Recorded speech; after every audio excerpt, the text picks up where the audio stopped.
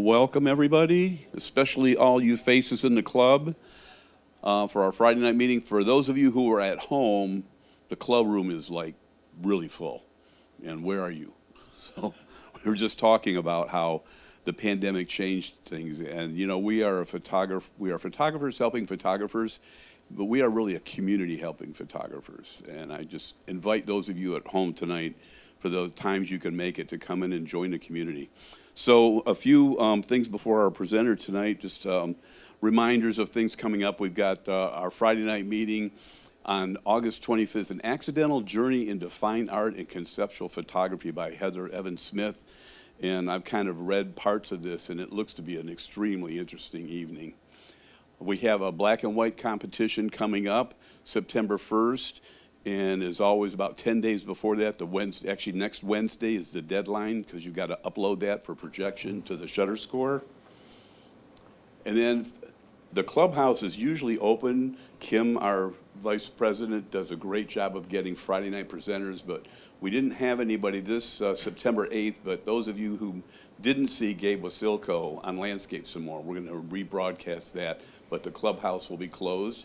If you want to come and stream it out in the parking lot, you can do that, but there won't be anybody to let you in the clubhouse. We have our photojournalism next one coming up September 15th. That is uploaded 2 nights before. That's your deadline to upload those. And as it suggests, photojournalism is kind of like seeing life as it happens and recording it.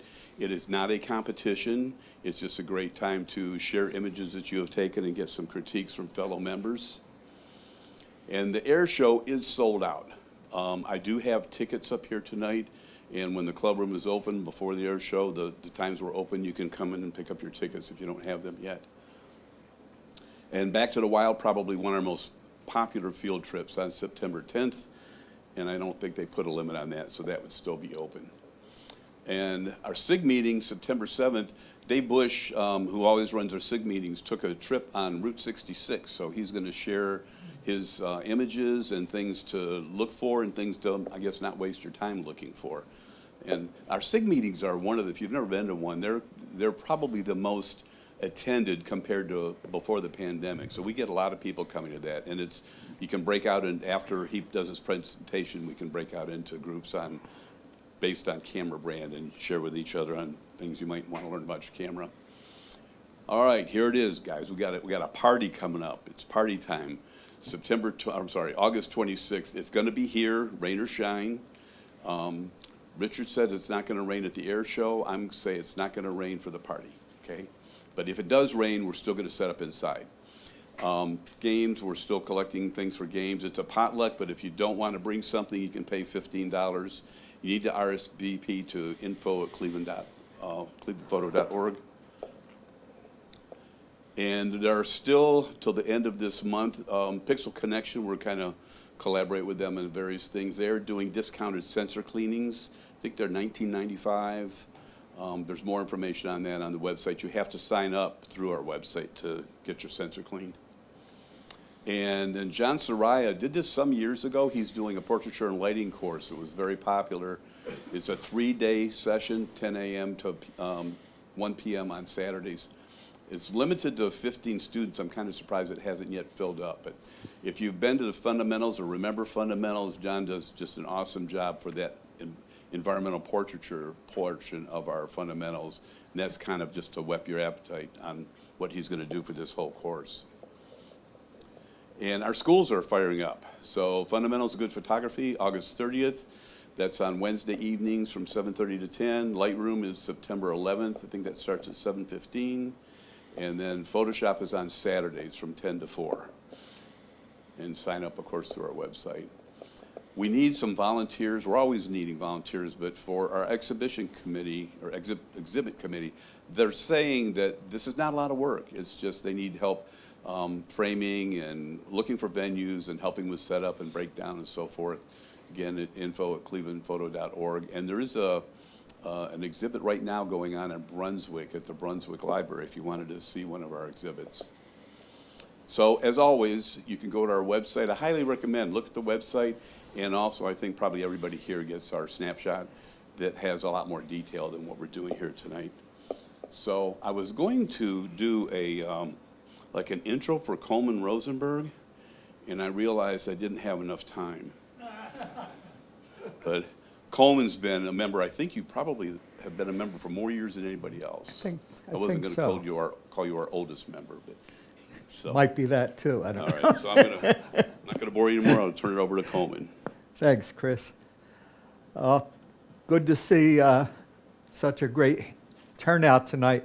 They called me up a couple months ago to ask me to put together a program sort of geared toward our community service activities to kind of give some tips on how to add impact or make some of the work we do for community service organizations a little more dynamic and that sort of thing. So I had done a program on adding impact to photos a couple years ago, and in fact I just watched it a few days ago to make sure I didn't overlap too much with it.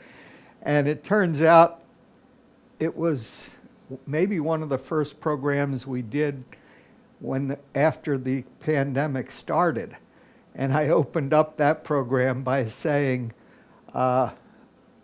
something to the effect of, "is glad to see a couple people here in the room." And I think it was just Mike Kopkas and Chuck Fitzgerald maybe, who were only here to set up the equipment while I talked to the camera in the back of the room. So it truly is good this time to see a room full of people, because that was really strange, just talking in a room full of empty chairs. So anyway, that's where we are tonight. And I did start out with that same program that I presented on Impact back in, I think it was 2000. But I took out a lot of stuff that was solely about impact and added a lot of stuff that was more related to community service. Everything you'll see tonight is not, however, community service photos. Some of them are events that I've gone to that were like community service types of activities that I just went to on my own. And some of them were simply photos that I've done at various places that just maybe speak more to impact itself in terms of photography. So that's what we're going to see tonight.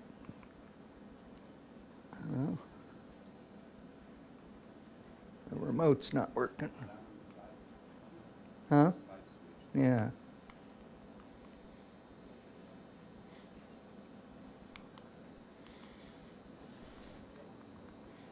It probably needs a battery. So, thank you. This is the end. Now, I wanted to start out with the end by saying, when shooting any type of event, community service or otherwise, I think it's helpful to try and start out with the end in mind. And they say that about a lot of different things, but we may not know what the end is or what the event is even going to look like, but if you can, try to envision it the way you'd like to see the end of the program or whatever event you're attending and photographing in terms of, thanks Chris, in terms of, think of yourself almost as a photojournalist. You're going to cover an event, and how would you like your reporting or your journalism to look when you're done with it? Again, it's hard to kind of imagine sometimes if you're not familiar with the event, but you can still, sort of just knowing what the event is, put something together that you may be able to stick with, or you may find that the event's very different than what you had anticipated, and you have to, make a lot of changes to what you were thinking. But if you do, start out by envisioning what you want it to look like at the end, it can be helpful to you in terms of knowing what to photograph, knowing where to be, knowing what you're going to have to work with, and that sort of thing.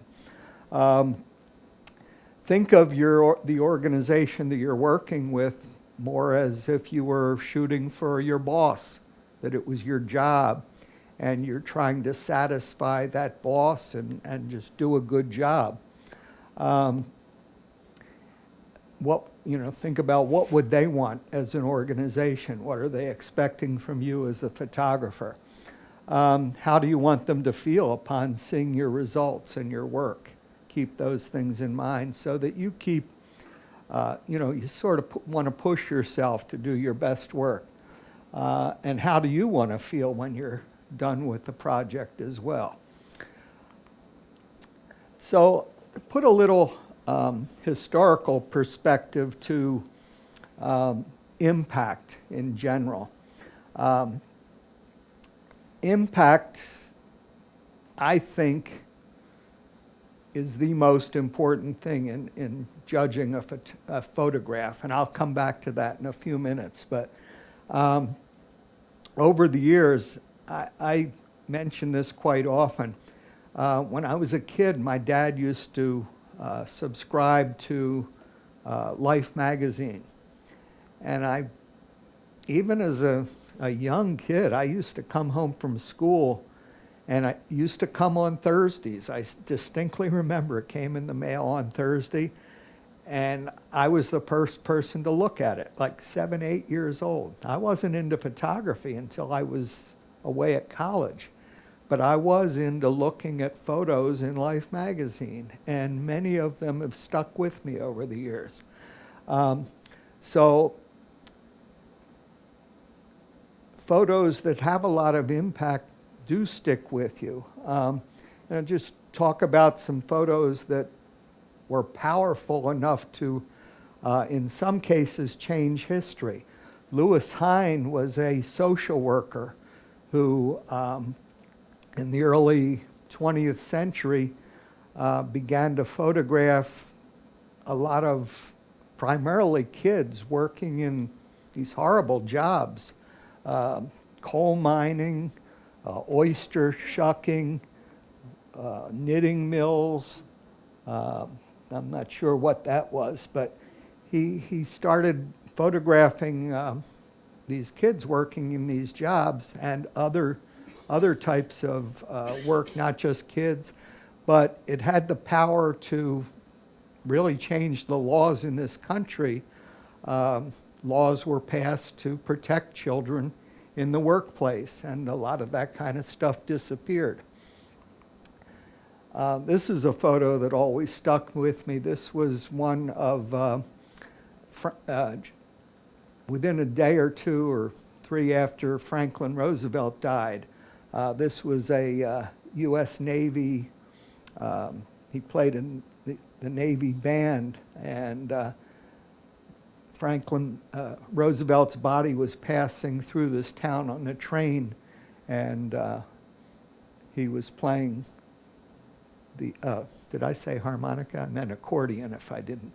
He was playing the accordion and crying at the same time. I always remembered that photo. Gordon Parks is one of my favorite photographers. He was sort of a Renaissance man he was a fashion photographer, he was a photojournalist, he was a musician, he wrote books. He, I think, produced and wrote the music for the movie Shaft.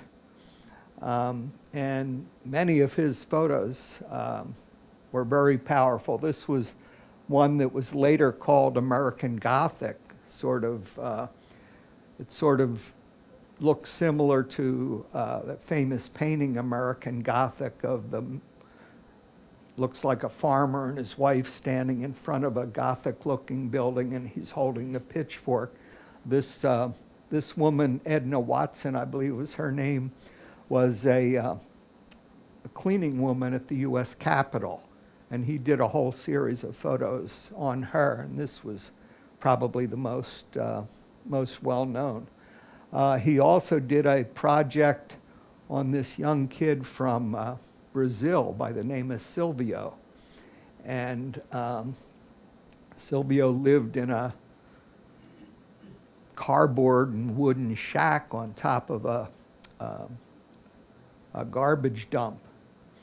And he sort of got to know this kid and recorded what his life looked like. Later, Silvio became very ill with some type of lung disease, and Gordon Parks brought him to America to be treated and really saved his life. But it was a very powerful photo that was, or series that I think was in Life magazine. This is a photo by a photojournalist by the name of Robin Hood. I worked for the VA, Department of Veterans Affairs, for 31 years. And I don't know, maybe 28 of those years, I had this photo in a frame in front of me, either on my desk or on the wall in front of me, just to kind of remind me of why I was there. This was I believe he was a Vietnam veteran, lost both legs, and was sitting with his child on his lap in a wheelchair watching a Armed Forces Day parade. And it just always meant a lot to me. Of course, locally here, I did not come to this area until a few years after Kent State, but the Kent State photos to this day, are very powerful photos, have a lot of impact. John Philo, who was a student at Kent State, took many of the photos that are still known around the world. And Howard Ruffner, who he put out a book just a couple of years ago, and he spoke here right after his book came out. The two of them really were sort of the primary documentarians of the Kent State killings, and those photos still have a lot of impact. A couple years ago, on the 50th anniversary, I came up here in 1974, which was a few years after Kent State, and all I knew about it was what I had heard. I was in college at the time too, but in Florida, so didn't really see as much coverage of it as people did up around here in particular. But with the 50th anniversary coming up a few years ago, I went down to Kent State and sort of spent a couple days down there learning about what went on and photographing a lot of the same locations as they are today. Even went and visited a couple of the grave sites of 2 of the 4 students who were killed, and well, it really was a powerful experience. But these photos, all of the photos from Kent State, again, a tremendous amount of impact. This is another one of those photos by Nick Oot, who was a Vietnamese soldier himself, which really changed the world. This photo had a major impact on ending the Vietnam War. It's called Napalm Girl, for this young girl whose skin was pretty much burned off. Nick is still active today, recently retired from Associated Press, and that's Kim Phuc, who is the young girl. They often speak together these days. She lives in Canada, he lives in the United States, and again, it's a photo that had enough impact to pretty much end a war. Little more modern types of work. This is a photographer, Eric Miola, who I became familiar with more recently. He's done a number of Bruce Springsteen covers, album covers, and so on. But his real thing is color. I follow him on Facebook. In fact, a lot of these photographers I follow on Facebook. And every few days he publishes or he posts on Facebook a photo and then he tells a little story about it. And they're all, almost all of them, very, very colorful. That's his thing. And he gives a little bit of the backstory. But he uses color to add impact. And color can be a very important aspect in photos with impact. Joe McNally, some of you may be familiar with. He's written a number of books on flash photography and photography in general. He calls himself a kitchen sink photographer because he does a little bit of everything. He shoots sports, he shoots fashion, he shoots advertising photos, just does some amazing work of all kinds. And his impact comes from oftentimes just the situation, like being at the top of a tower on top of a building hundreds or thousands of feet in the air, or up with the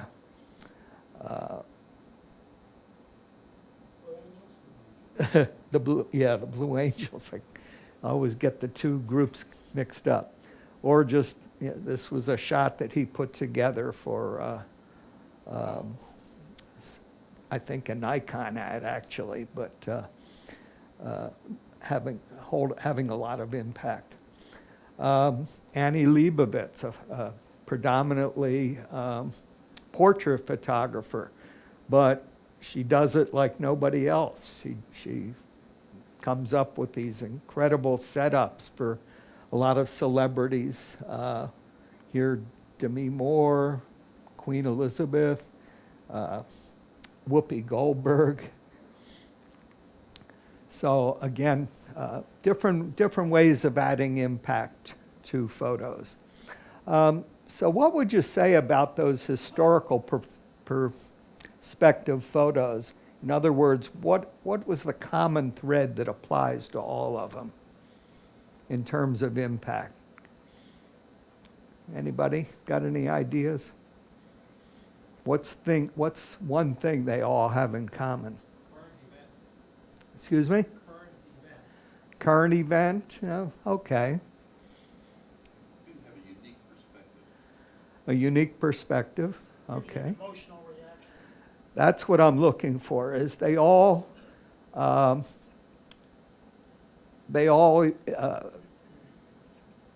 cause an emotional reaction or a feeling. Could be a feeling of wow, or a feeling of humor, or a feeling of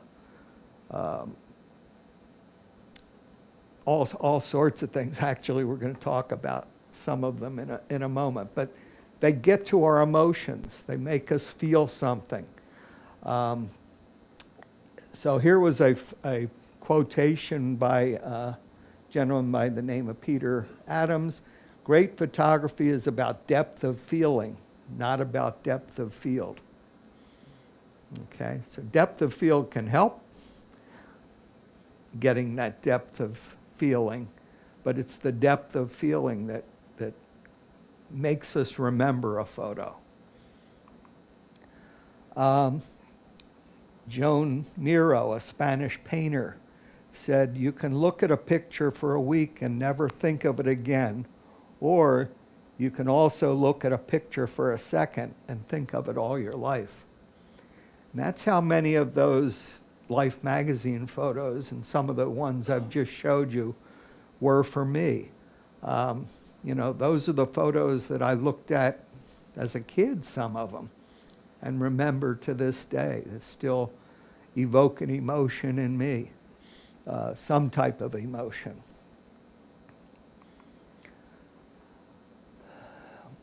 So how do we evaluate a photograph?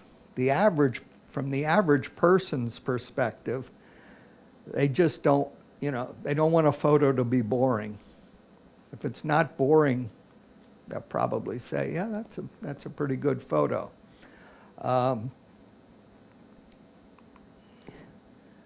Here's some boring photos. This one I shot last summer at a kite festival at Menor Headlands Lighthouse, or Menor Headlands Beach. And, you know, it's a snapshot. It's too far away really to see much of anything. Got the two Menor firemen driving this little four-wheeler. There's people all over the beach flying kites, but it doesn't say much. It doesn't excite me. It probably doesn't excite you. Here's a photo that I used to work at Dodd, one of the Dodd camera stores, when the Menor store when it was open. I worked there for 6 years, and part of my job was printing photos for people. And I saw thousands and thousands and thousands of photos that people took of their kids participating in sporting events. And I saw so many backs of kids, not faces, but their backs, which, you know, if they're your kid, they have some impact. But if you show them to somebody else, they're like this. My grandson's in that picture. He's the kid back there that you can see the two sleeves of it, and his two arms and nothing else. So, you know, well, I didn't like it because I'm a photographer, but the rest of my family, they thought it was fine. But, you know, that's a boring photo, unless, well, none of them. Not, you know, if you're the referee's wife, you can't see his face. It doesn't mean anything to her. You can't see any of these kids' faces. So, you know, it's not a very good photo. It really has very little impact. Whoops. Here's another one. This was from a Special Olympics. And later on, you'll see some photos I took at this event which was a community service event for the club, that have a lot more impact than this one. But, you know, here again, it's the backs of people primarily. It is an exchange of a baton, but it's from the wrong angle. It's you know, it's not a good photo in terms of what it was meant for. Tall Ship Festival. There's two tall ships overlapping one another there, and some of you might be in this photo. That's the Holiday, and that's the boat that 40 CPS members go on every year when they do the Tall Ships Festival. But, you know, it's nothing but a bunch of confusing boats and sails, and again, not a photo that has a whole lot of impact. Whoop. Here's two similar photos that one has impact, one doesn't, simply by virtue of the weather. You know, this one is, the water is calm. There's no excitement in the photo at all. Whereas this one, just because it was a windy day and the lake was kicked up a little bit, and he's having to work a little harder to sail this thing, it has some impact. So there's all sorts of things that add impact or can add impact to our photos, whether they're community service or not. Here's one of some young soccer players that does show some impact. Got at least the front of the one kid, and I mean, it's just some action going on there where he's kicking the ball, he's in a dynamic position. It's a little bit of a contrasty day, so yeah, but we've got dark shadows and bright highlights, but in terms of impact, there is some impact there. So look for action. So how do we evaluate photographs when we are photographers, and when what are the things we consider when we look at photos, particularly if we compete in competitions. Well, judges look at composition, technique, and impact. So composition is things like how did you frame the photo, where are your subjects in the photo, that sort of thing. Technique has to do with is everything in focus, is it printed well, is it matted well, so on. And then impact is, what we're talking about.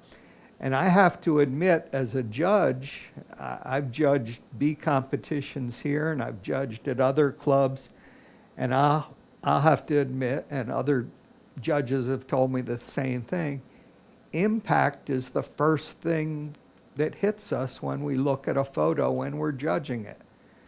When it gets up there in front of us on an easel or on a screen, it either hits you in the face and you say, wow, or it doesn't. So it's the first thing you look at as a judge before you look at technique and composition.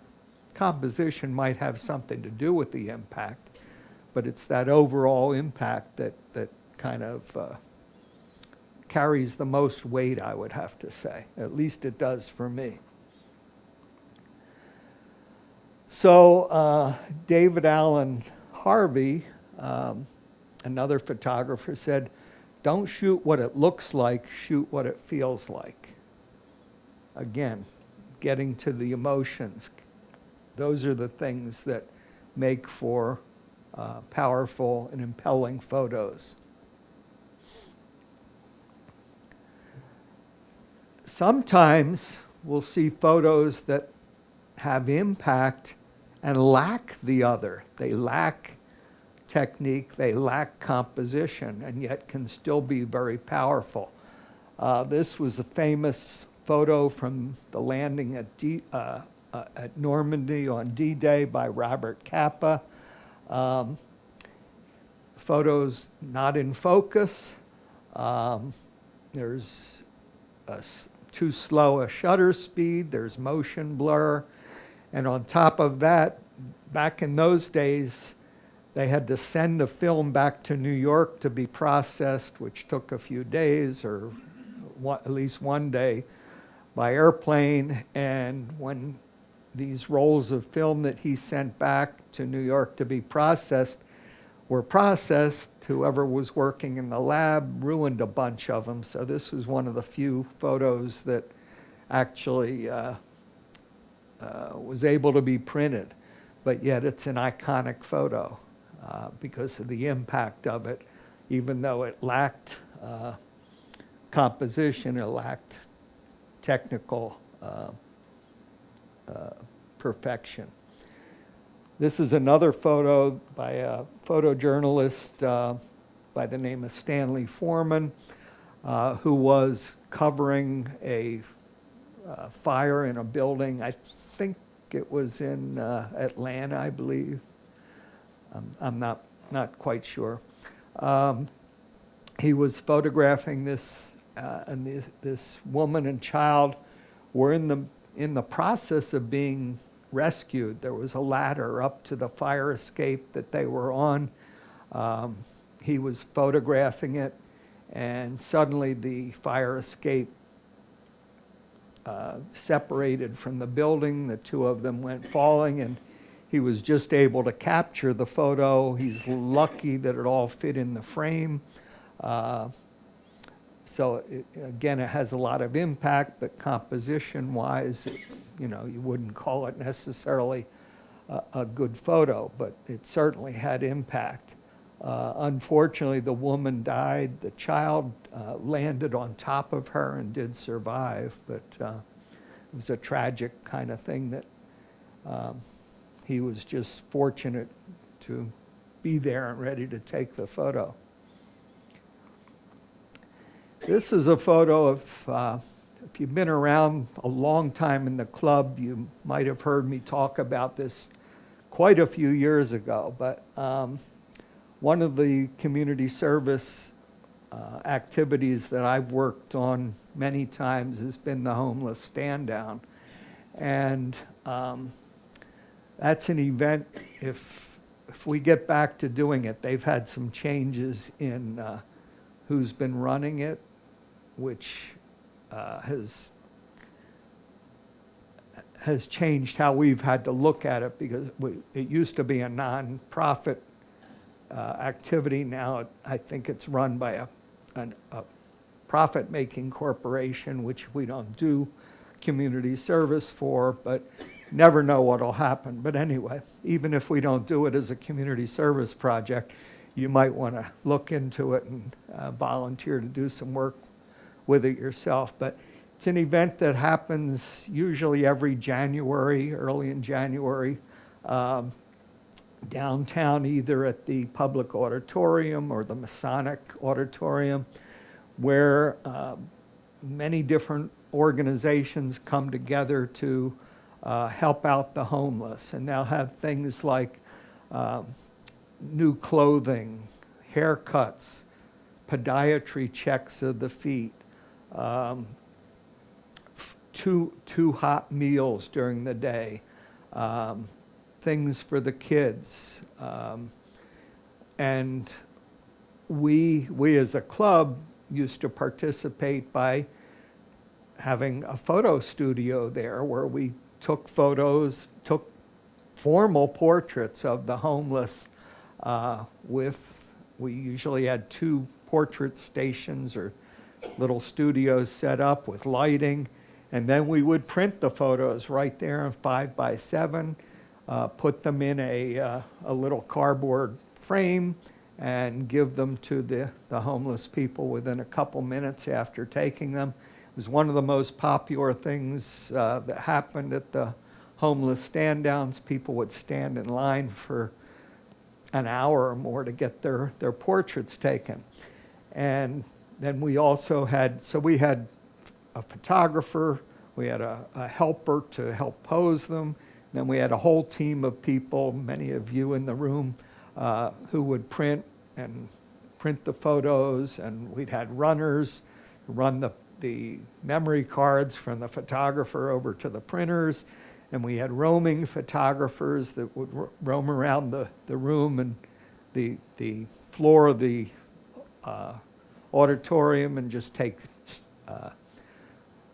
candid photos of the participants and the volunteers and so on. That's usually it's always what I did, actually. I preferred doing that. And so anyway, during one of those homeless stand-downs, I went to the men's room. And on my way out of the men's room, there was a guy who had just left before me, and he threw something in. They had a big box for garbage, and he threw something in the box, and I walked by the box and glanced down, and this is what I saw. And it occurred to me that he had just taken these socks off and put on a new pair of socks that he had just gotten at the homeless stand-down. And very possibly he had had these socks and worn them maybe every day for the year since the homeless stand-down the year before. So this is a photo that gets to me. Unfortunately, it doesn't get to anybody else unless you know the story. And that's an important part of any photo too, is hopefully it will tell a story. It does tell a story, or it has a lot of impact if you know the story. But it's the ugliest photo I ever took, but it probably has more impact than any photo I've ever taken. So there's that. So what is impact? We've kind of skirted around the issue. A photo with impact has a hook. It draws on emotions, yours or the emotions of others. It has a psychological connection with you and others. It may tell or suggest a story to be finished by the viewer. So all of those things are common of photos with impact. Again, whether they're taken at a community service or event or any type of event that we might be photographing. So here are a couple photos that I think have impact. This one, not an event, not a community service type of activity, but it was a trip myself and another member of the club a few years ago went out to the Lorraine Lighthouse mid-afternoon to photograph the sunset on that day. And we were fortunate. We had a nice sunset that day. And I got a whole bunch of photos. This was just one of them. And, you know, it's a photo that certainly has a lot of impact. People love sunsets. People love bright colors. People love lighthouses. I love lighthouses. So, you know, it worked out to be a photo with a lot of impact. Now, this is a photo which, though it wasn't a community service event, it could have been. This was a bull riding school. One of the community service, no, not a community service, but a field trip that the club did a number of years ago. I don't know if I don't think they've done it recently, but there's a rodeo down near Lodi. It's actually right across from the Lodi Outlet Mall down on 71. There's a marginal road on the east side of 71, and there's this rodeo that takes place at least 4 times every summer. It's called Bucking, Ohio. And I've shot that, and it's been a really fun thing to photograph. But another time, I was down with a friend. We went to the Mansfield Reformatory with another club field trip. And after the Mansfield Reformatory, we were on our way back and decided to go over and see what was going on at this ranch where they did the rodeo. And we got out of the car. There were some bulls in the pasture there, and we're photographing the bulls. And a couple guys were out from the ranch taking feed out to the bulls, and they came over to us. We were looking over the fence, and they said, you know, we have bull riding school going on if you want to come in and photograph that. So we said, yeah, that sounds great. So this was all indoors in a barn, but fortunately this kid was sitting there. The barn door was, you know, sort of over here, so the light was coming in. The way the light was hitting him was just kind of beautiful. But it could have been a type of event that we might be photographing. So, you know, look for scenes like this where people are well lit, and, you know, their expression says something, the way they're sitting says something. It just is a photo that I just happened to see. Yeah, Don. Why did you say that the addition of a boat moving in the lighthouse picture, Yeah. without it, it wouldn't be the same? Yeah, that's true too. The boat moving across and the wake of it. That definitely adds impact as well. Yeah. This was just a couple weeks ago. Menor every year has the Beach Fest, they call it, or Menor Headlands has the Beach Fest. The city of Menor participates with it, and they have a sandcastle competition, these beautiful sandcastles, and so I've gone to it, and this year I made it an activity. I was mentoring some people like Dave back in the room, way back there, and my knees don't allow me to do much walking anymore, so I kind of stay pretty close to one spot and let things come to me to photograph. So Dave and Quito, I think, was the other person there, and Susan, who I never did meet up with, but she was there, and 3 of them were wandering around taking photos, and I was sitting, and saw this guy sitting nearby and thought, geez, if ever a photo had impact, this guy has a look. So I took a number of photos of him. He knew I was photographing him. He didn't seem to mind. His wife was sitting next to me, and she didn't seem to like it that I all kept turning around and photographing him, but he didn't mind at all. I mean, you go to public places looking like that, you got to expect that people are going to pay attention to it. So it was great. I couldn't resist. Those of you who know me know that I also shoot ballet rehearsals for one of the local ballet companies, Verb Ballet in Cleveland.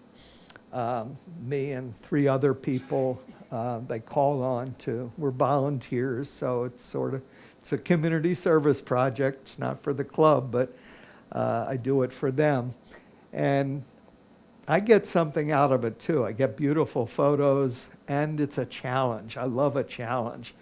And every one of these ballet performances is a challenge because the light is low, the action is fast, processing is always tricky because the ISO is anywhere from 6,400 to 25,600 to be able to shoot at an 800th of a second in a dark theater. But I do get some beautiful photos from it, and they're donated to them. They use them in their promotional materials and so on, and get a lot of beautiful photos like that. So definitely the color and lighting always has impact. The things like leaps and lifts and all sorts of stuff. I have some others you'll see later on, but they all tend to have a lot of impact, or at least the ones I may shoot 2,000 to 3,000 photos during a 2-hour rehearsal, and then going through them and picking out. I used to only pick out like 20 to send to them, and I've gotten less selective, so now I send them 40 to 60. It takes me a week or more to go through them and pick out the ones I think are the best. And again, that comes down mostly to impact, those that have a lot of impact, because that's what they want. They want photos that are going to wow people. So there are different types of hooks. When we talk about hooks, the past and nostalgia can be a hook. I love nostalgic photos. The future can be a hook. Love can be a hook. Joy, hope, beauty, adventure, life, and other types of things. So all of those things, that word hook is something you hear a lot in advertising. People talk about, ads that have a hook. And again, those are things we remember forever as well. Who remembers the "Where's the Beef" commercials? That was their hook. Flow for Progressive Insurance is a hook. The gecko is a hook. Lots of different hooks out there, and many of them, relate to some of these words. So how can we make photos with impact? Well, capture something that matters. We've seen some photos that turned out they mattered. They changed laws. They ended wars. Capture something that's common but goes unnoticed. A number of years ago, I mentioned I've been in the Cleveland area since 1974 and been photographing all those years. I joined the club in 1975, and so I've been photographing all that time. And I got to a point about 10 years ago where I just sort of ran out of things to photograph. I couldn't think of anywhere to go without having to spend a lot of money, and went into a slump for maybe a couple months. And then suddenly I started to realize, instead of looking and photographing big scenes, look at the little things. Look at things that go unnoticed. Look at things that we walk by every day and never think to even look at or notice, or especially photograph. And when I started doing that, it opened up a whole new world. It was like a micro world that I could then photograph. And those things too can have a lot of impact. I did a whole series of standpipes. Standpipes are those fire hose connections that come out of the sides of buildings. I started noticing them on a trip to New York City, and noticed, beautiful polished brass standpipes and ugly painted standpipes and tarnished copper or brass standpipes. And so once I started noticing them, I started noticing them everywhere, everywhere I go. So I don't know how many photos of standpipes I have, but I have a lot of them, and they have impact because they're either they're ugly or they're beautiful or they're unusual. You can do a lot with those common things that nobody looks at, nobody thinks about. But when you start photographing them, people say, oh yeah, I never thought to photograph something like that. And you can find those things at events too. Color, as I said earlier, can add a lot of impact to a photo. The composition, contrast, just the general presentation, or the fact that the photos tell a story. Humor can add impact. And the perspective you're shooting from can add impact. So speaking of color, just for a moment, color is a power which directly influences the soul. This was said by a painter. He was a pioneer in the abstract painting movement, but he said that color is a power which directly influences the soul, and it certainly can add impact. So here were a couple of photos. This was one of my tall ship photos. This is a ship called Blue Nose, and I call it a portrait of a ship. It's a very pleasing photo, and a friend of mine saw it and said that the colors in it, she was building a new house, and she said the colors of that photo would look beautiful above the mantle in my new house. Can I get a copy of it? And I gave her a copy of it. And in this situation, color was something that grabbed her. This was an event down at the Cleveland Greenhouse where I was down there for one of our school's field trips. We used to go there often as one of the 2 field trips that the school took. It's a great place to photograph.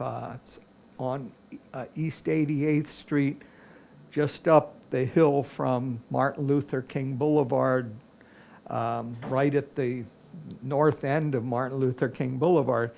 And it's not the Cleveland Botanical Garden, but the Cleveland Greenhouse. It's free, it's open every day of the year, I think, except Christmas Day. There's always beautiful things to photograph in there. But we were in there one day for our school field trip, and as we were coming out, there was an event being set up. There was a group that I guess had rented the space for an event that afternoon. And this guy, saw him, and I pointed my camera toward him, and he posed for me. And part of it's the pose, his character, but also the colors of his uniform sort of have a lot of impact too. I did that photo in black and white as well, and it still had impact simply because of his expression and his stance and whatnot. Here's another example of color having some impact. Color and something that, one of those things that goes unnoticed. That's bolts on the Center Street swing bridge, which right now it's closed, it's been renovated, and I think the last time I saw it, it was covered with a big tarpaulin. I think they're repainting it. Hopefully it'll reopen soon. It's a very unusual bridge, and it's underneath the Detroit Superior Bridge, so it's kind of in a funny situation. But I was walking around down there one day when the bridge was still open, and just thought those bolts and the angle and the color made an interesting photo that had some impact. I was out at a workshop in Missoula, Montana. It's been, I think, in 2011, and it was a documentary photography workshop. And Missoula, it's a nice little college town. I didn't have any transportation. I had a hotel room near just a couple blocks from where the school was. So every day I would walk around town. Actually, every day we had an assignment to do, having to do with putting together a documentary project. And so I was walking all over town, taking photos, and to meet whatever the assignment was. One day the assignment was a taste of Missoula. Come back and the next day present a documentary on a taste of Missoula, what's Missoula like. And this was just an old Studebaker agency that I came across. It was no longer a Studebaker agency, but the colors sort of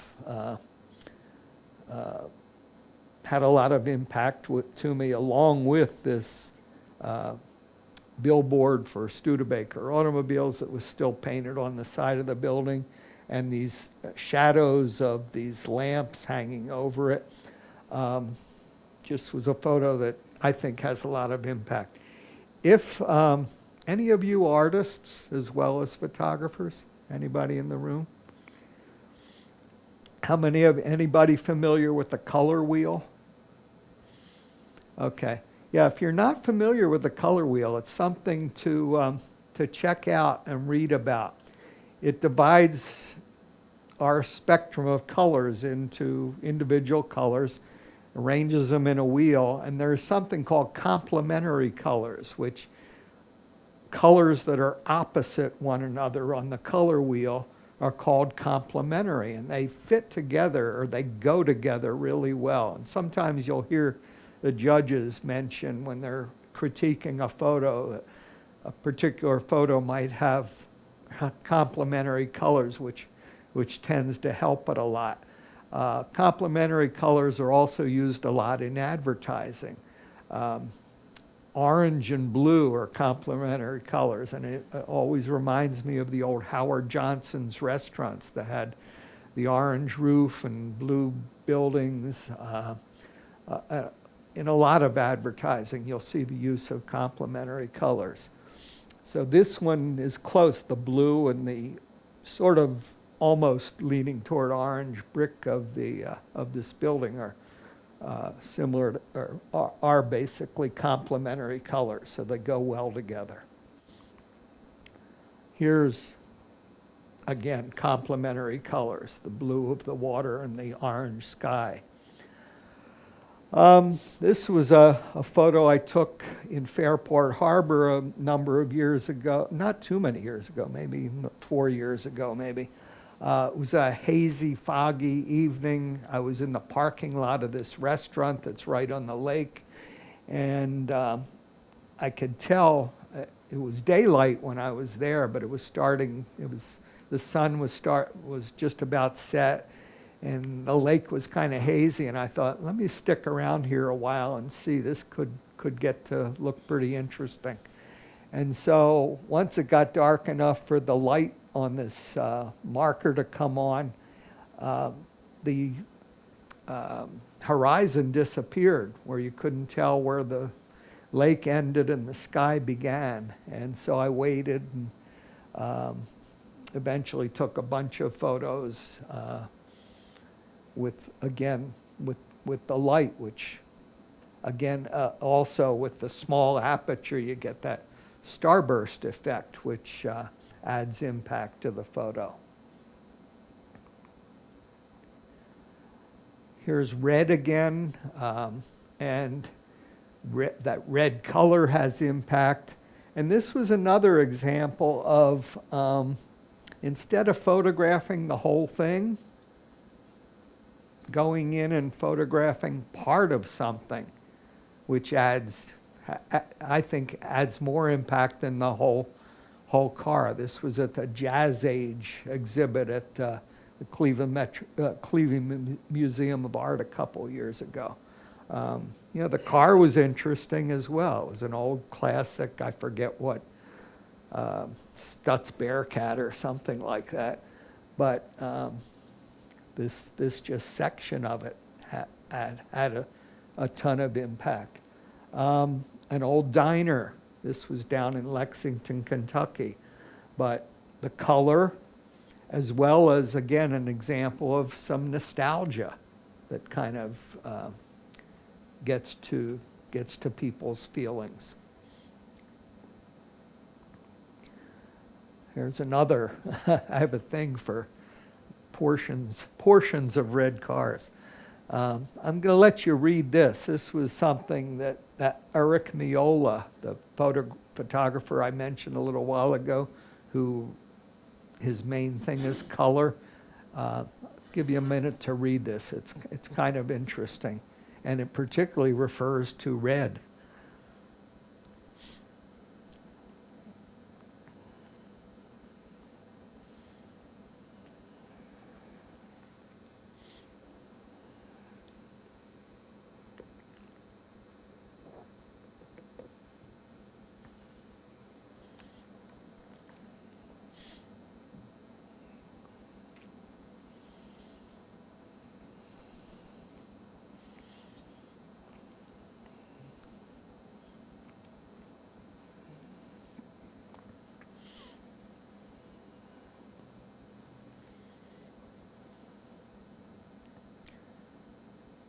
So not just does color have impact, but the color red in particular seems to have a lot of impact.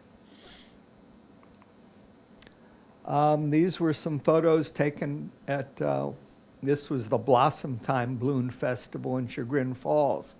And this was one of our field trips, and I think it was sort of a community service project too, because we supplied photos to the organization after we had done this. And I have lots of photos of the whole field of the balloons being lit up at night. They fly during the day, but one night out of the festival, they do what's called a balloon glow, where they have some of the balloons there and they inflate them. They keep them tethered to the ground, but they inflate them and after dark, and they're kind of lit up in their beautiful colors. And so the whole field of balloons is beautiful. We've got a bunch of members that have been doing a number of balloon festivals lately as well, where they get photos like this. But then we had access to be able to go out on the field and photograph them close up as well. And I really preferred where I either cropped in or got close and just photographed portions of the balloons with their beautiful colors. And this was one of those photos that was like ISO 12,600 or 12,800 on a dark field at night with just the light of this burner from the balloon. And this guy happened to be looking up and able to capture him with the beautiful colors of the balloon and just the color or the light of the flame lighting him up. Here was a photo talking about perspective now, which I mentioned is one of those things that can add impact to a photo. This was a trip to New York City. I've always thought the Chrysler Building is the most beautiful building ever built anywhere, personally. But so I was walking down a street and looking up at it, and happened to look up at a time where these sconces were on this other building that sort of have that same what's it called? It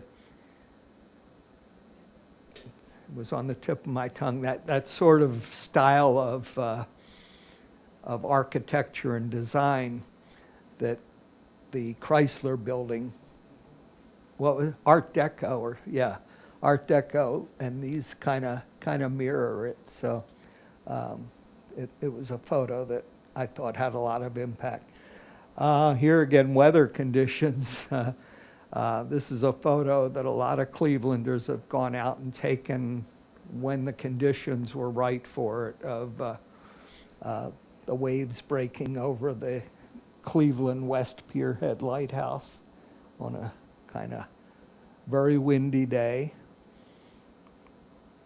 And this was something that in 2009, the lighthouse, I think this one was in 2009, it froze over like this in one of those storms that you just saw with the wind blowing. And that year when it happened, everybody was saying, this is like a once in a century event. This hasn't happened in 100 years. And everybody rushed down to photograph it. I photographed it the day it was happening, and it was a really dreary day. It was blizzard conditions. You could barely see the lighthouse as some of the squalls came through. And so I got photos of it that day, but then I waited, and a couple days later it got sunny, and I went back down there and photographed it on a sunny day and got this photo of it and some others. Then it happened again 2 years later. And I think it's happened a couple times since, so it's no longer a once a century event, apparently. This was a trip, another field trip we took to I think it was Cleveland Trust Bank at East 9th and Euclid Avenue, which is now the Heinen's, downtown Heinen's store.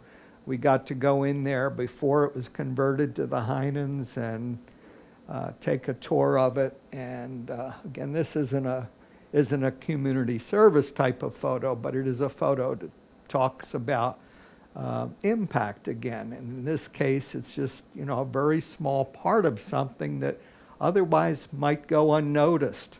But this was the only box that had a key in it. And by using selective focus too, shallow depth of field and focusing right there, it gives it some impact. These were also photos which I think are impactful simply because of the situation, I guess you could say. This is an old airport that's closed. It's abandoned. It's out in Concord, out in Lake County. And I trespassed one day and went in there and walked around and photographed, the conditions, just getting close up to things and so on. Just an unusual situation. And then last year I got a drone and I went back. This time I didn't have to trespass. I could do it standing outside the airport and just fly the drone over, but taking some photos from the air of this airport, which if it were an active airport, I'd have to get permission to do that. But it's inactive and abandoned now. But again, a different perspective. I have a lot of friends who have drones, and they're always sort of chiding me because I don't use it a lot and I don't do video with it. And I tell them, another guy's always kidding me because you're allowed to go to 400 feet, and I rarely go to 400 feet for a couple reasons. One, I can't see the drone when it's 400 feet up in the air. It's too small. But my real reason is I'm a photographer. To me, the drone is just a real tall tripod. And I take it high enough and position it in a way to give me what I think is a pleasing photograph, a photo with impact, not to set some altitude record. And that bugs the heck out of this guy that does it as a profession. But ever since I told him that, I noticed he doesn't go to 400 feet all the time anymore either. So I think he might have learned something from me.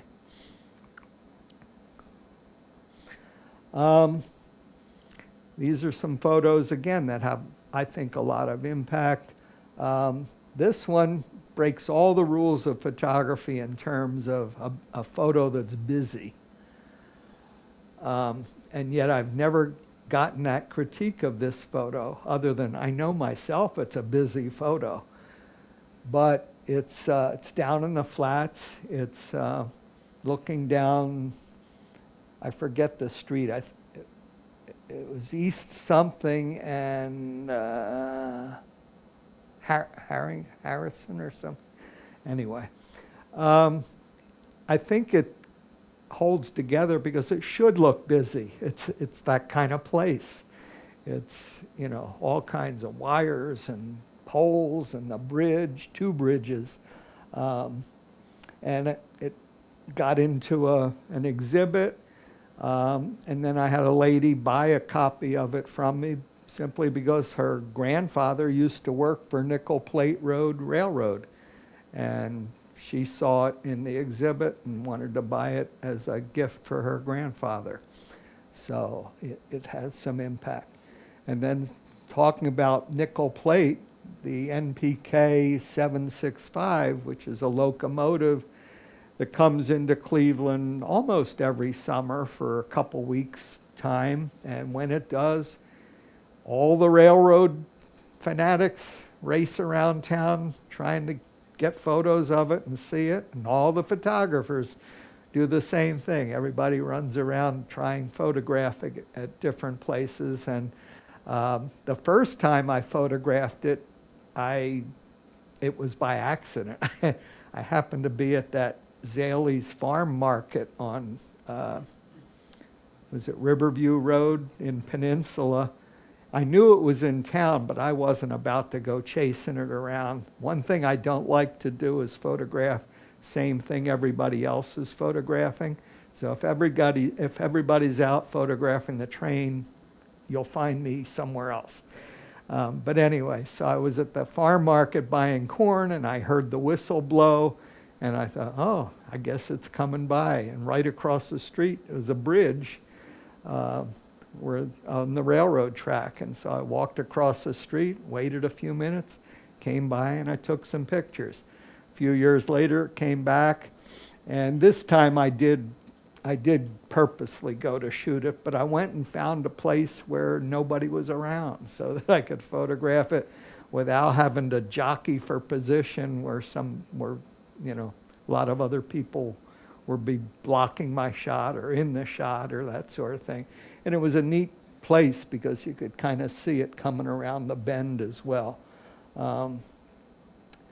I was a safe distance away from the track, but I think if I ever did it again, I'd be further away because that thing, when it comes by, it's scary. It'll knock you off your feet, just the air that it moves.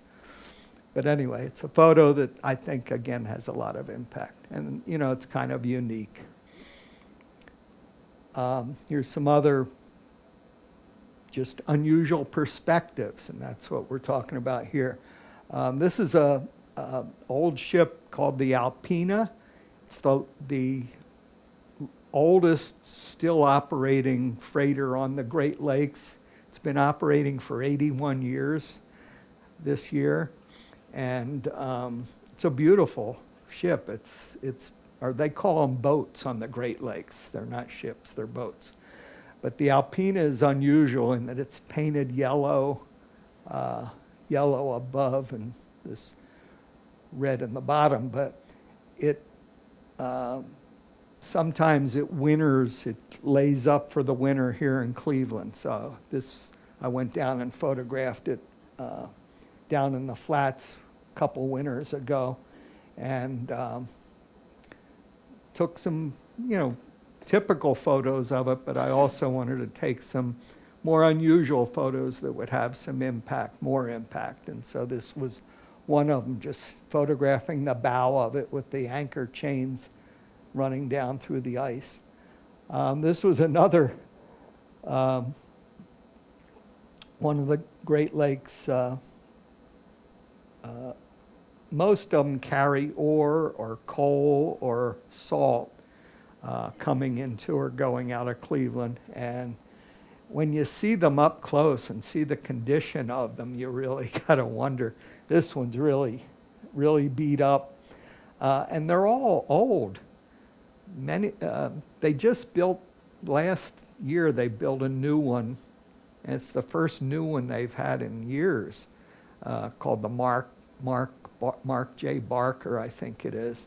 And it's in and out of Cleveland a lot anymore. But some of these older ones, they're just, you wonder what's keeping them afloat, because many of them have been in service since, the 50s, 60s, 70s. And they're beat up, but they're functional. Again, perspective. I don't shoot a lot of things from my standing position.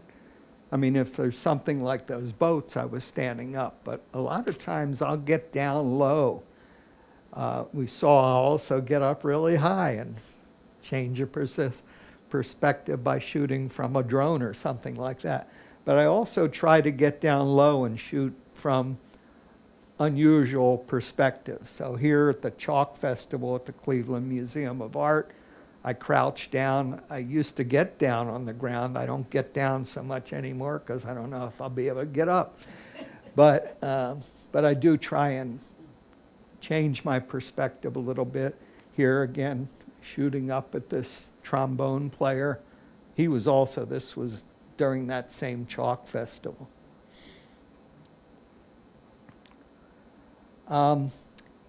Here's another saying by Mary Ellen Mark, a well-known photographer. It's not when you press the shutter, but why you press the shutter.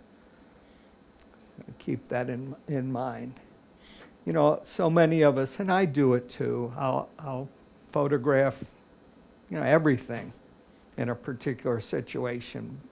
Some of it's just to record, an event so I can remember it or have records of being somewhere. I just posted a couple days ago some photos that I took in Lahaina in Hawaii that were record shots. Now they turn out to be sort of historic because all the photos I posted the other day, there might be one that's still there. It was a smokestack from an old sugar mill in Lahaina. I think the rest of the old sugar mill is gone, as is everything else that I posted a couple days ago. So sometimes record shots can wind up being more than record shots. Speaking of record shots, couple days after the pandemic started, well, actually it was one day before Ohio declared a stay-at-home rule, I went downtown to photograph what downtown looked like. The people were already staying home. And so this was a photo looking down Euclid Avenue, just pretty much nothing going on in the middle of the day.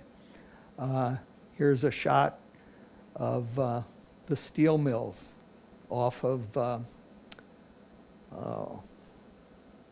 Pershing Avenue just off of 77.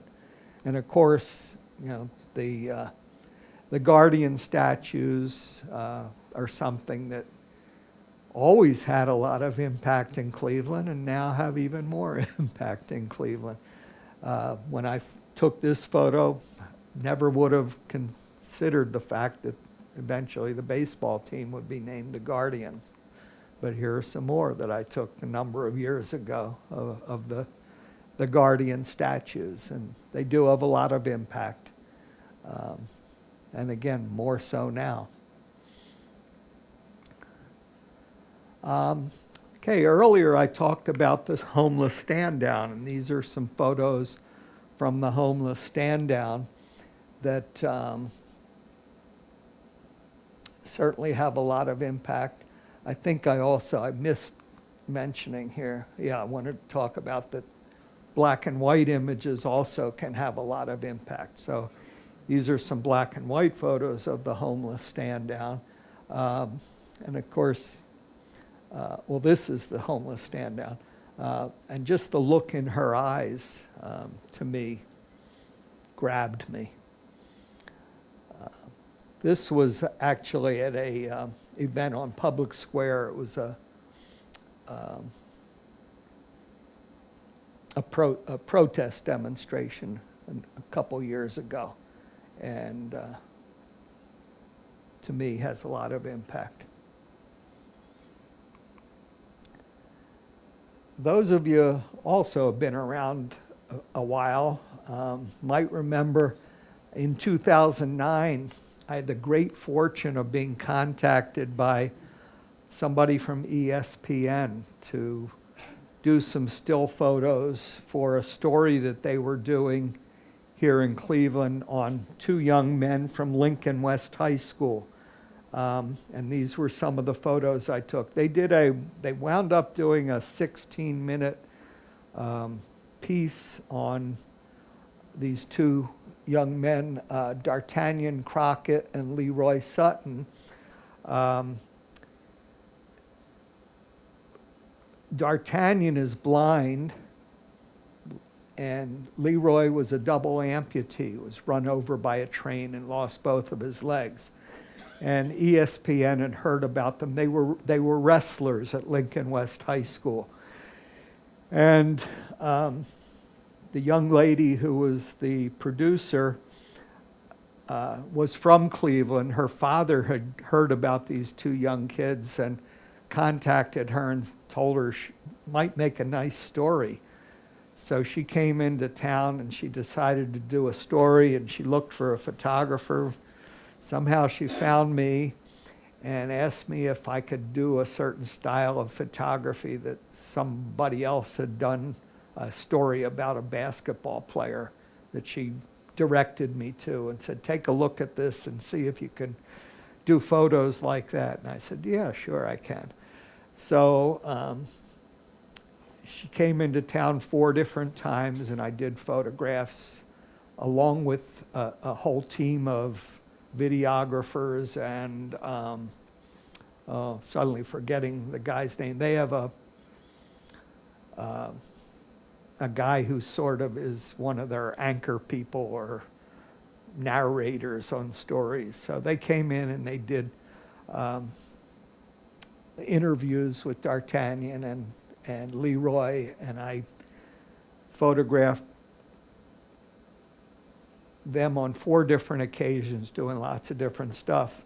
The first day, the day they did the interviews, I was just doing some sort of portraits of them there at the school in the locker room and so on. So this is one of those portraits. Then the last thing I did with them was their high school graduation. And it was Leroy had just gotten prosthetic legs like that week. First time he had ever had legs since he got run over.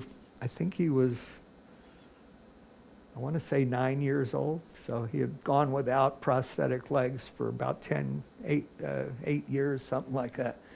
And Leroy D'Artagnan got up to kind of give him a shoulder to lean on as he walked across the stage to get his diploma. And I'll tell you, lucky these pictures came out. It's a good thing we have autofocus these days, because my eyes were just filled with tears. I couldn't have focused if I had to, so fortunately the autofocus did it. But the whole story, you can still find it. It was called, no, I'll think of it. It was on their show Outside the Lines. Oh, Carry On is the name of the story. And it wound up being like, they said it was going to be a 7-minute piece. It wound up being a 14-minute piece. They used 16 of my photos. And then they came back a few years later and they did a follow-up story that ran some of my photos again. Lisa, the producer, wrote a book. One of my photos is the cover of the book, and I have 3 photos in the book. And then ESPN magazine used some of the photos. So I got a lot of lot of mileage out of that one, and it was one of the neatest things I've ever done. So, it was also nominated for an Emmy Award. Didn't win, but it was quite a thrill. And I still keep in contact with Leroy and D'Artagnan, and just on Facebook I hear from him every now and then. But what a story, and what a story full of impact. Yeah, Don? Tell us again where we can find that. Yeah, if you Google ESPN or ESPN Outside the Lines is the name of the show, and then that particular one was called Carry On. I think it'll get you to it. Yeah, have some Kleenex with you. It's quite a story.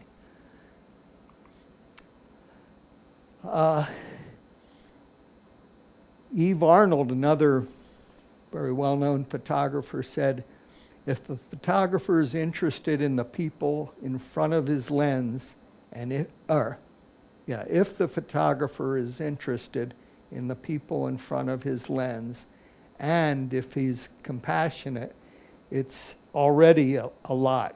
The instrument is not the camera, but the photographer. So, and we've heard that always in terms of, good photos. It's what's in between the ears of the photographer. It's not the camera. You can take great photos with any camera. Well, it also applies to the feelings in a photograph. Here were some photos from one of the Hale Farm Civil War reenactments. It was funny because Nancy Ballack, one of our club members, posted a bunch of pictures from this year's, and Chris, I saw, had commented on those, and I was just added these a couple days ago.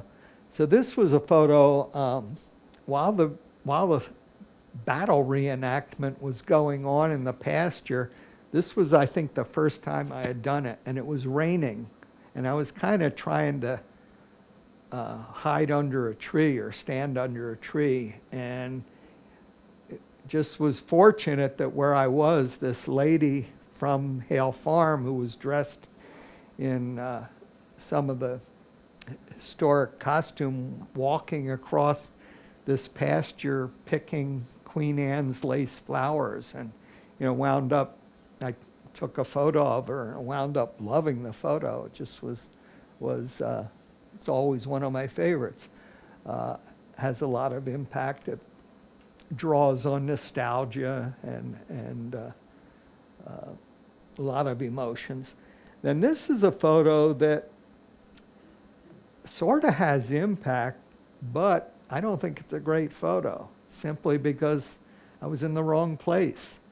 That muzzle flash from the cannon is dramatic, but that's all there is to the photo. You can't see you can barely see the reenactors here. Unfortunately, I was in the wrong place to take that photo.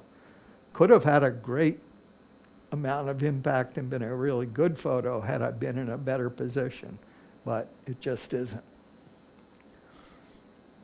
So here are some other photos from Hale Farm that in the winter, just before Christmas, they do something called the Lantern Tour, where you go around at night carrying a lantern to all their different buildings.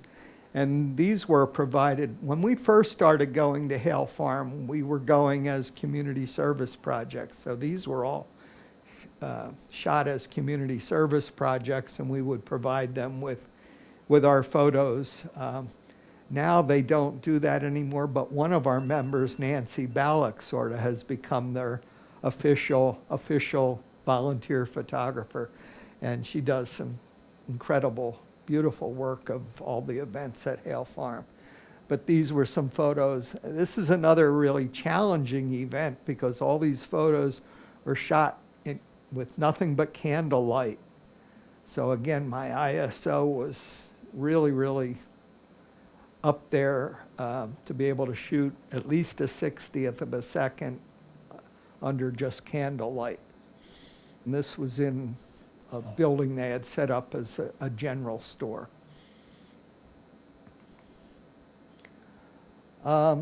These are back to the homeless stand down. So these begin to tell a story. These are some color photos of one or more of the different homeless stand downs. And sometimes it's the activity itself that has a lot of impact, or perhaps an expression.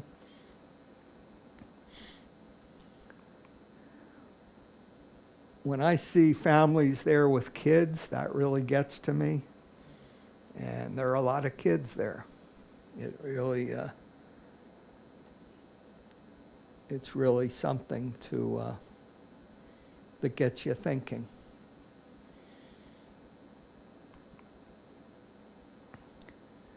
And then one of the things I like to do was photograph the participants as they were getting their photos from our volunteers.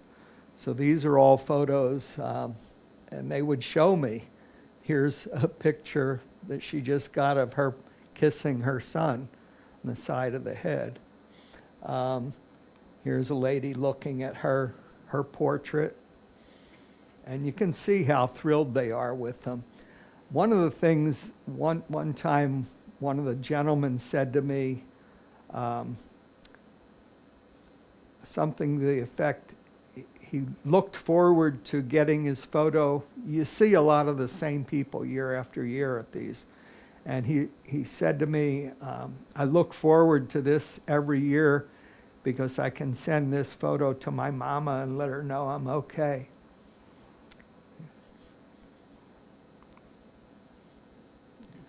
Some others as they're looking at their portraits.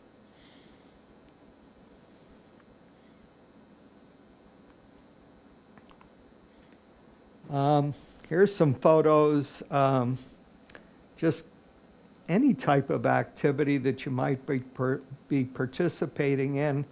Watch the kids. Kids will provide you with some great photos that just kind of typify kids. Here's a bunch of girls. They're at a football game, but they're probably texting some boy or something, and I don't know.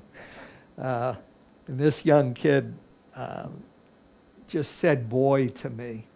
I always used to kid about boys. Every time you see a boy out doing whatever, playing, they always got a stick in their hand. And I saw this kid walking along with a stick, and I said, there you go. And the mud on his legs just made me laugh too. Now this is my youngest grandson, and this is a type of event that could be a community service type of event. This was his first t-ball game, and here he is trying to hit the ball. He hit it here. I have a bunch of pictures where he missed it. And here he's running to first base. It was obviously a different different bat because he's wearing two different helmets here. The helmets are huge on them. So he's enjoying it there.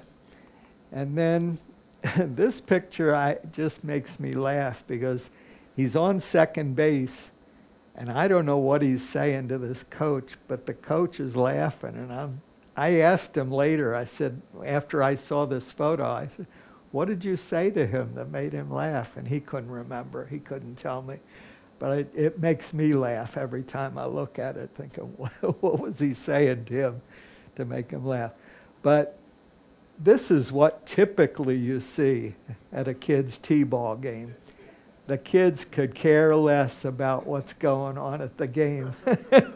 And they're crouched down drawing in the dirt, or they're turned around talking to the outfielder behind them. And it's a fun thing to photograph, and you get a ton of impact in photographing these kids at events like this. Here's another. This one has a little bit of emotion to it. You see I don't know, father or a coach helping the young girl. But again, she doesn't look too interested.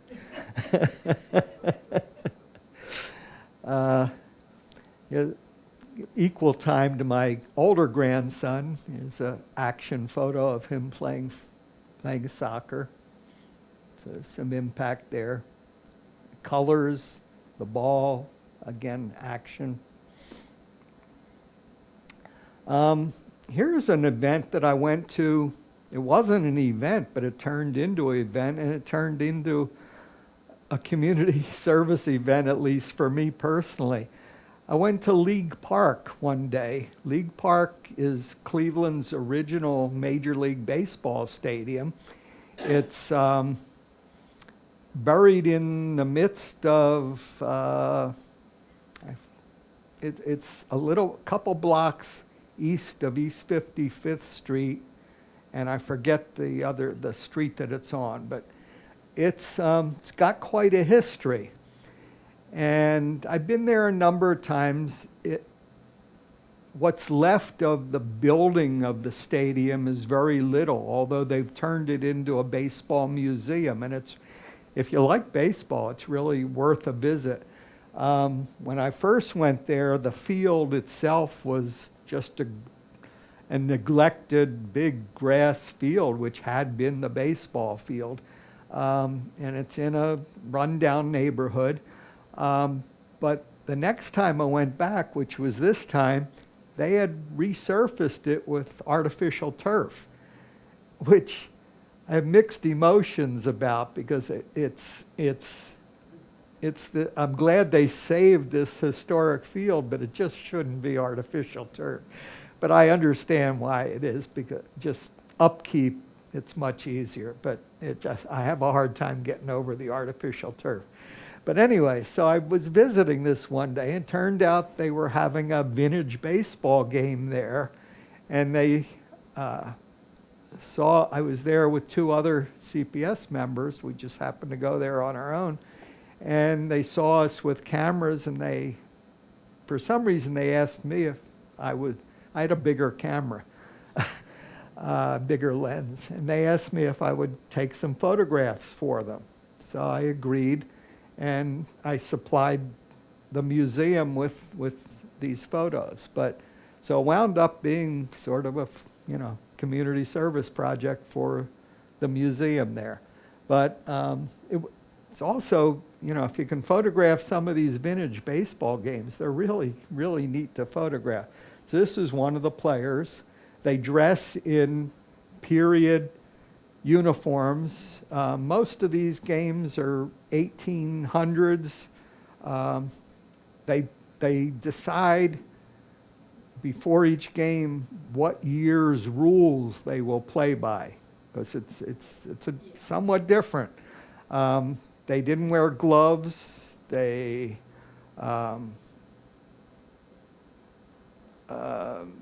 could, I think if you caught the ball on one bounce, I think it was still an out. Some very different rules, but anyway, really interesting thing, fun things to watch. So they asked me to do a team portrait of the two teams that were playing. This was the Cleveland Blues and the Forest City something or other, the two teams that were playing. Here was their lineup, and some of the names, you know, they sort of, you know, go back to what they would have done in those days. So it was Plow, Hitch, Hammer. I think if I remember, he's Hammer. You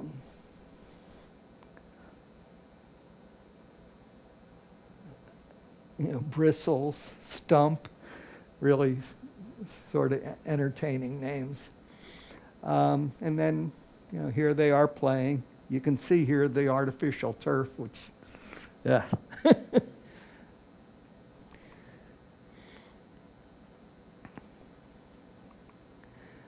That just today I posted some photos that came up as a memory on Facebook of another vintage game that I saw down at the Mansfield Reformatory. Came out of there one day after touring it, and there was a vintage baseball game going on right outside the walls of the penitentiary. Okay, here's a statement that is about music. But if you replace the word music with photograph and replace the word instrument with camera, it makes sense for photography as well. So if you don't make photography with cameras, you make photography with emotions. The camera just allows you to get the point across. So again, it's emotions, it's feelings. Here's another group of photos that I took at an event that I put together to tell a story. I took a class with Gary Harwood, he's retired now, but he taught visual storytelling at Kent State. And he's spoken a few times at the club here. But I always remember him talking about, in storytelling, you sort of start out with the big picture and then kind of narrow the view. So that's what I did here. So here was this kite fest at Menor Headlands Beach, a wide view, lots of kites in the air. Then I got in, photographed, this is Mike and Patty, two of the he's a pro. He actually tours and flies kites.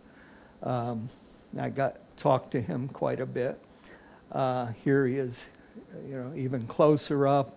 This was a friend of his who was just there to photograph it, and so a closer look at him.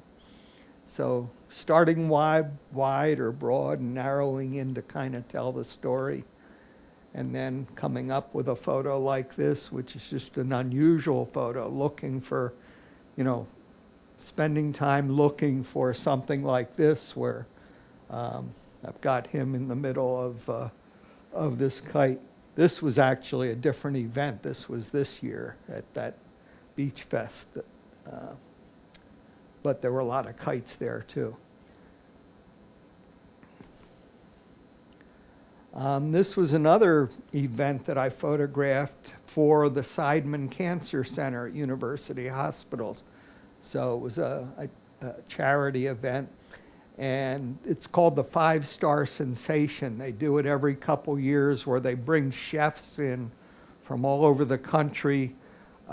They spend 2 days preparing meals, and then like Thursday and Friday, and then on Saturday they have this big event under a tent at Tri-C where they charge, I don't know what they charge, hundreds of dollars to come to, and you can go around and sample the food from all these events. So I was asked if I would photograph it for the Cancer Center, and a friend of mine organizes the volunteers, and I said sure. And I had a lot of fun. I saw a lot of things I wouldn't normally see. So these photos are at the Brown Stadium, the kitchen underneath Brown Stadium. It's an incredible, incredible kitchen. And they have all these chefs come in there, and they all prepare, different things that they're going to provide to all these people that paid hundreds or thousands of dollars to come to on Saturday evening. So these three guys are actually Brown's staff who do work in that kitchen all the time. These are volunteers who are helping. They're assigned to the different chefs to kind of help prepare some of the food.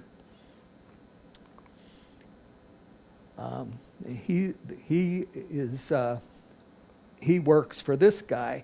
This is Sam Choi. He's a very well-known chef from Hawaii.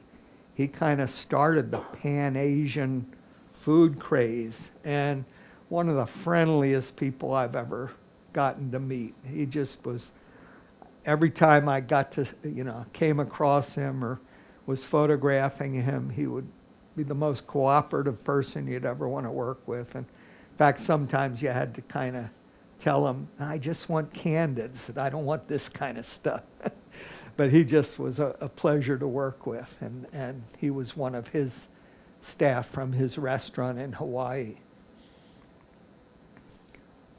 And then an event like this also, then they had a reception at the Rock and Roll Hall of Fame, where the people who had paid for tickets, this was Friday night, I think they came and had this sample some food on the plaza there in front of the Rock and Roll Hall of Fame.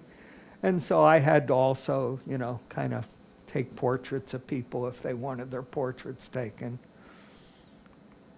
But then also got to photograph this guy who most of you probably recognize, Michael Simon.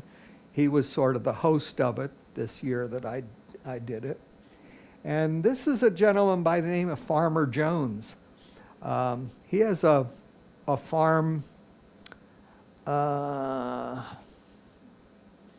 think it's maybe in Castalia, where he grows vegetables that are shipped all over the country to chefs, primarily at high-class restaurants, all organic and specialty types of vegetables and miniatures and all this stuff.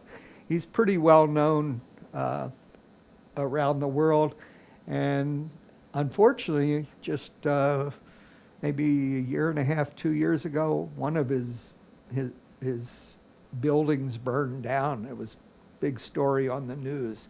He's since rebuilt it, but we got to tour his facility one of the days, and I get to tag along and take photos.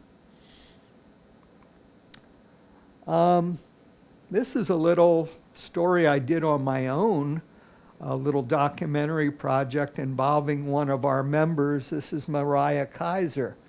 Mariah is a printmaker, and I did this story for Tri-C. Tri-C is, this is where this is taking place.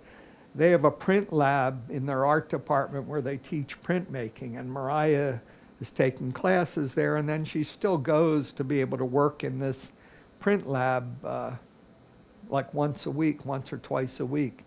So I asked the instructor and Mariah one day if they would mind if I came and did a little story, and I would provide it to Tri-C, and they jumped on it. So here again, I sort of started out wide and then narrowed in. So here they're having a discussion at the beginning of class and critiquing each other's work. And then here's a photo of Mariah talking to one of the other students about one of the prints that Mariah had made. And then I narrowed in on just some hands to show some of the work. There's a number of different ways of doing printmaking. They can etch in metal, they can etch chemically, they can carve wood, they can carve linoleum. It's all different ways of they do this work. But so I kind of tried to document that process as a little story for Tri-C.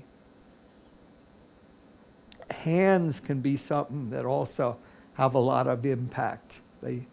Hands can show a lot about a person. They express a lot.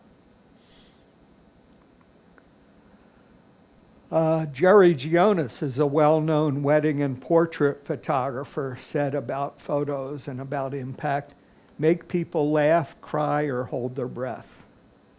And again, that gets back to what we're talking about.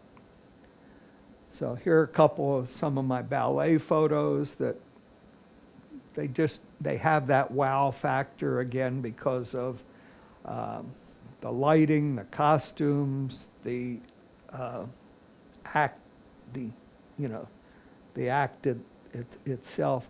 I'll tell you what, ballet dancers are the most versatile athletes you'll ever want to see. I'd put them up against any professional athlete in terms of flexibility, strength, endurance. They are incredible. They worked through the pandemic. I got to shoot them in rehearsals during the pandemic where they danced for an hour with a mask on. And they were just dripping with sweat, but they kept at it through the pandemic. Some other. This guy, he's South African.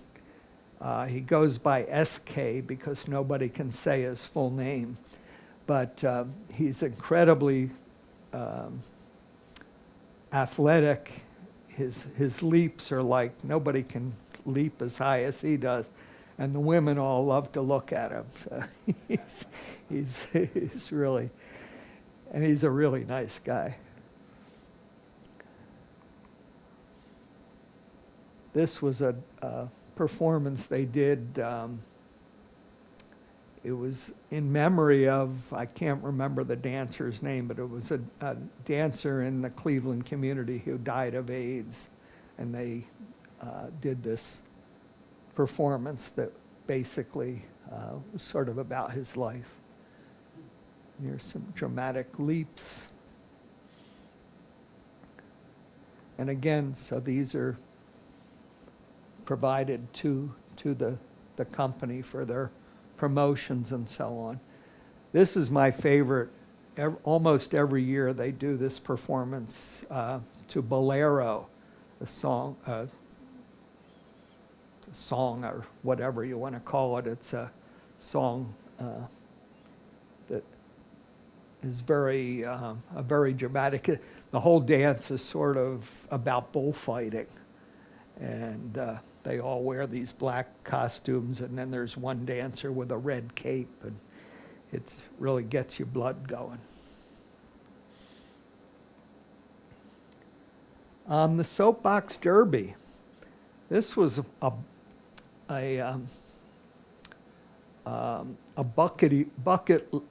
bucket list event that I always wanted to photograph when I came to the Cleveland area, and never got down there to do it. And a couple years ago, I got a call from a guy by the name of Andrew Eicher. He was a photographer in the Akron area, and he had the contract to photograph, be the official photographer for the Soapbox Derby.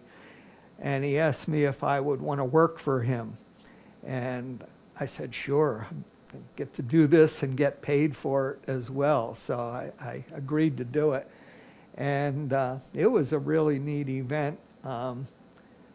It wasn't really a community service event, but it could have been because he was getting paid and I got paid. But the types of photos we were looking for, at least that I was looking for, go back to what I was thinking about, I mentioned earlier, about think of your client as your boss, and and what would he want and what would he be looking for. And so that's what I did here. I spent a little bit of time at the top of the hill one day photographing the parents, working with their kids before they went down the hill. Any of you ever been there to Derby Downs in Akron? It's quite a place. It's this 1,000-foot long, almost 1,000-foot long hill. These soapbox cars, they coast down unpowered and they get up to about 30 miles per hour. And there's different classes of them. And they used to be people built their own cars. Today they're kits, so they're very, very standardized. And they even switch wheels. The wheels are owned by the organization so that it's very hard to be able to cheat. All the skill comes into how straight these kids can drive down this hill. So it was really interesting to see. It was also probably the hardest week I ever spent in terms of work, and the weather was either very, very hot and humid or very, very wet. And I'll show you, you'll see that in just a moment. But here were some of the parents, preparing their kids to go down the hill. Here are a few more. You can see different styles of cars. And then here they are coming down the hill. This was a special needs car. They had kids with special needs go down with another driver. So he's the driver, he's one of the special needs kids. And boy, you could see just the thrill in their eyes as they got to go down in these soapbox cars. And then one day the rain hit and the races didn't stop, so we had to keep shooting, and I was getting drenched.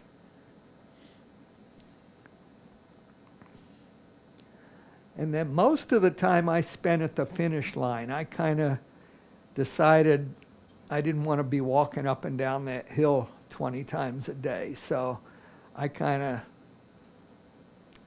picked a spot to sit by the finish line. And this is the finish line here. And you can see all these races were fairly close, within hundredths or thousandths of a second. And this was the closest one I saw. That's how closely matched these cars could be coming down that hill at 30 miles an hour, just gravity powered. But turned out to be a really neat event to photograph, and a good cause. And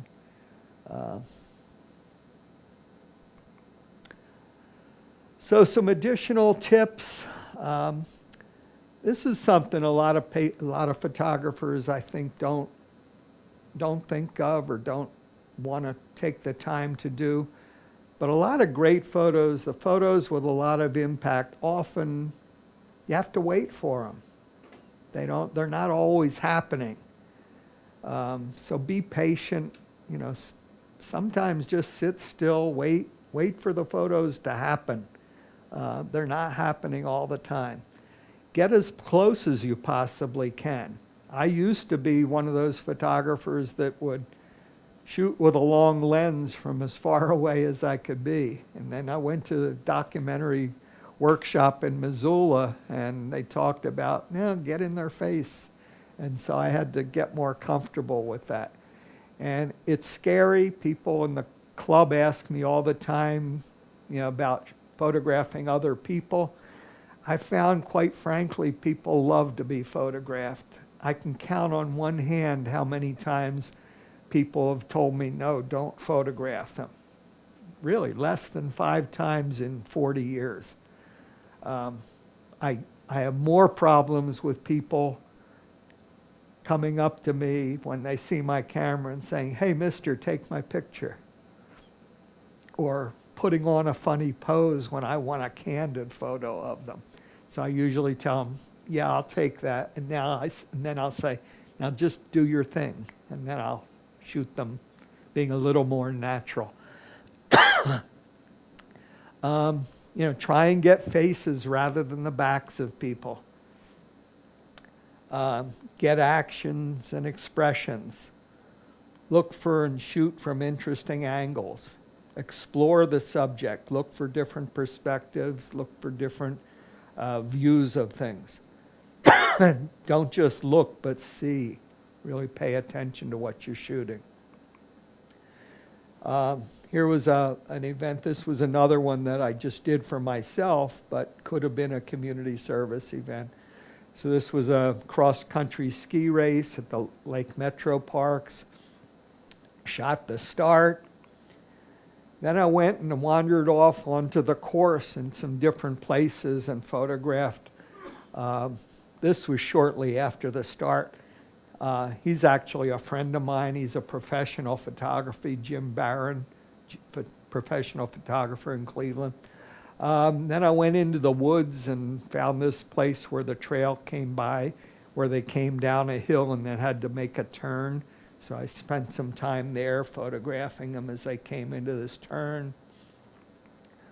The finish, after the finish. And for events, don't just photograph the events, but photograph the jubilation or dejection after particularly athletic events. Photograph the spectators. This is one of my favorite photos, and she was just watching the event.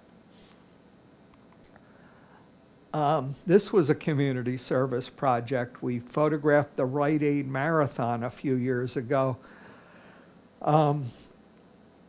We weren't photographing for the Rite Aid who was running the marathon, but there were two organizations that had teams that we were photographing for. So we would watch for their runners and then take photos of their runners. And so after the start, partly I did this for a selfish reason.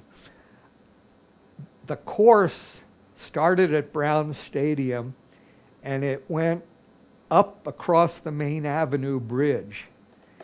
And the Main Avenue Bridge has no sidewalks, and you can't normally go up there, but I always wanted to go up there and photograph ships on the river. And when I saw the course, I thought, here's my chance to go up and walk up on the top of the Main Avenue Bridge. So that's where I started photographing the runners for these organizations as they came across the bridge.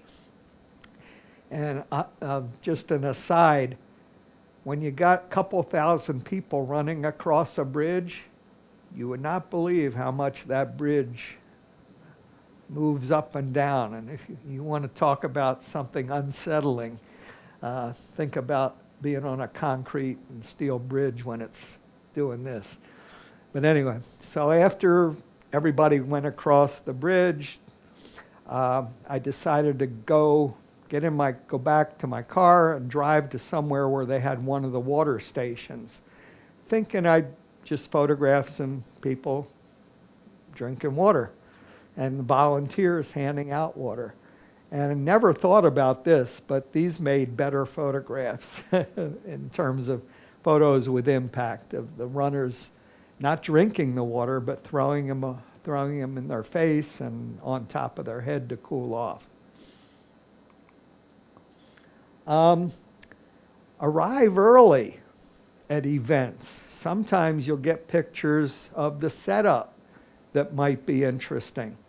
So this was one of the ballet rehearsals. I always get there early for two reasons. One, to get shots like this, but also to get all my camera settings set before the actual rehearsal starts, because the lighting's different venues might be different. I have to find a place to sit that's going to give me a good vantage point and so on. But I'll even, sometimes see something like this this wasn't a picture I necessarily provided to them, but I liked it as a photo that I thought had a lot of impact.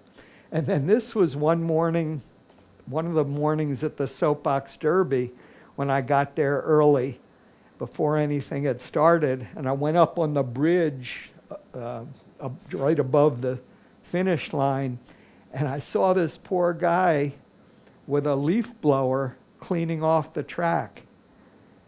And think about leaf blowing the longest driveway you've ever seen.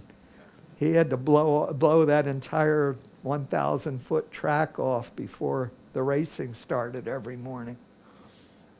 So kind of a unique photo. Great photos are felt, not seen. Again, re-emphasizing what this is really all about. This was probably the most moving actual community service activity I ever went to, aside from maybe the homeless stand down, but we did Barb Cerrito and I did the Special Olympics one summer.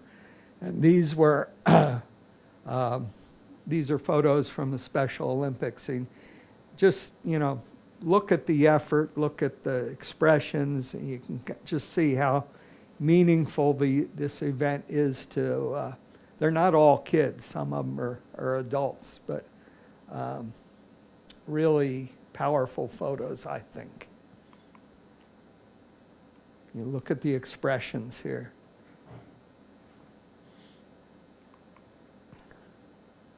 Again, spectators and officials also make interesting photos with impact.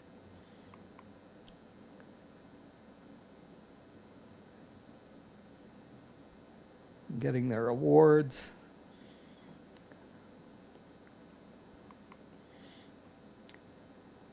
This is a related event. This wasn't the Special Olympics, but this is an event that the U.S. Olympic Committee does. They come into town, and this was a follow-up to the work I did for ESPN. This D'Artagnan, the blind wrestler, wound up going to the Paralympics 3 times, I think, as a martial arts contestant. He won 2 silver and 1 bronze medal at the Paralympics. And so through that, the Olympic Committee contacted me and asked me to come photograph this Go for the Gold event, where they come into town to different cities and they host kids and young adults with disabilities who might be interested in becoming Paralympians. And so I got to do this and photograph both. This is a lady by the name of Tatiana. Now I'm suddenly forgetting her name, but she's Olympic wheelchair racer who has pretty much dominated ladies wheelchair Paralympic racing for like 10 years. She is an incredible wheelchair athlete. This was a young kid by the name of Theo, double amputee, racing in a running race. It's one of the photos that makes people say, wow.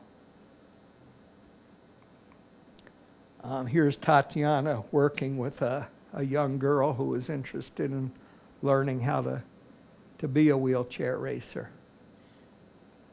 Oh, Tatiana McFadden is her name. Impact can apply to any style or genre of photography. And we've seen a lot of these: landscapes, portraits, street, sports and action, nature, architectural, or others. Ted Forbes once said, "The world needs work that matters." So capture what matters, evoke emotion, exude mystery, tell a story. This is probably my favorite saying.